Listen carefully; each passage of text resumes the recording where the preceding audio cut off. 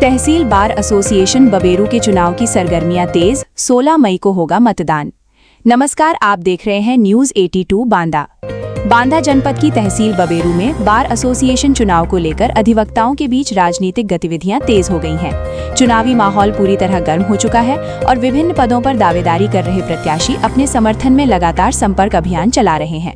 अधिवक्ताओं के बीच बैठकों, जनसंपर्क और रणनीतिक चर्चाओं का दौर जारी है। इसी क्रम में चुनाव से संबंधित संभावित प्रत्याशियों की एक सूची भी सामने आई है, जिससे बार चुनाव की तस्वीर लगभग साफ होती दिखाई दे रही है। प्राप्त जानकारी के अनुसार तहसील बार एसोसिएशन बबेरू के अध्यक्ष पद के लिए 3 वरिष्ठ अधिवक्ताओं के नाम प्रमुख रूप से चर्चा में हैं। इनमें एडवोकेट प्रभुदत्त पांडे, एडवोकेट नवल किशोर प्रजापति तथा एडवोकेट रामजी द्विवेदी शामिल हैं। तीनों प्रत्याशी लंबे समय से अधिवक्ता समाज में सक्रिय भूमिका निभाते रहे हैं और अपने अपने समर्थन आधार को मजबूत करने में जुटे हुए हैं। अध्यक्ष पद को लेकर अधिवक्ताओं के बीच गहन मंथन चल रहा है और माना जा रहा है कि इस बार मुकाबला बेहद रोचक और कांटे का होगा। वहीं महासचिव पद के लिए भी चुनावी प्रतिस्पर्धा काफी दिलचस्प मानी जा रही है। इस पद के लिए एडवोकेट नरेंद्र कुमार यादव, एडवोकेट हरेंद्र सिंह और एडवोकेट राम नरेश यादव के नाम प्रमुख रूप से सामने आए हैं। महासचिव पद को बार एसोसिएशन की कार्यप्रणाली का महत्वपूर्ण केंद्र माना जाता है। ऐसे में प्रत्याशी अधिवक्ताओं के बीच अपनी कार्यशैली और अनुभव को प्रमुखता से रख रहे हैं। चुनाव को लेकर अधिवक्ताओं के बीच उत्साह साफ दिखाई दे रहा है।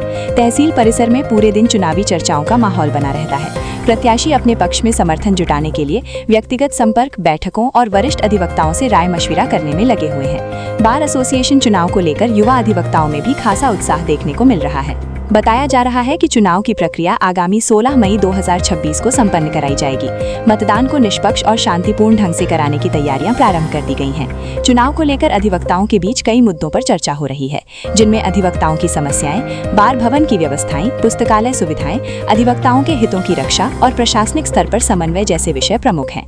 वरिष्ठ अधिवक्ताओं का कहना है कि बार एसोसिएशन का चुनाव केवल पद प्राप्त करने का माध्यम नहीं, बल्कि अधिवक्ताओं की आवाज को मजबूती देने का एक महत्वपूर्ण मंच होता है।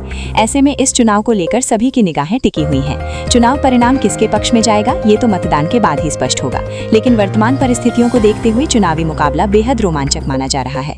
तहसील बार एसोसिएशन बबेरू के चुनाव को लेकर अब अधिवक्ताओं के बीच सक्रियता और अधिक बढ़ने की संभावना है। आने वाले दिनों में प्रत्याशी अपने प्रचार अभियान को और तेज करेंगे, जिससे चुनावी माहौल और अधिक गर्माने की उम्मीद जताई जा रही है। बांदा से अनिल गर्ग की रिपोर्ट। जी, मेरा नाम डालचंद मिश्रा है।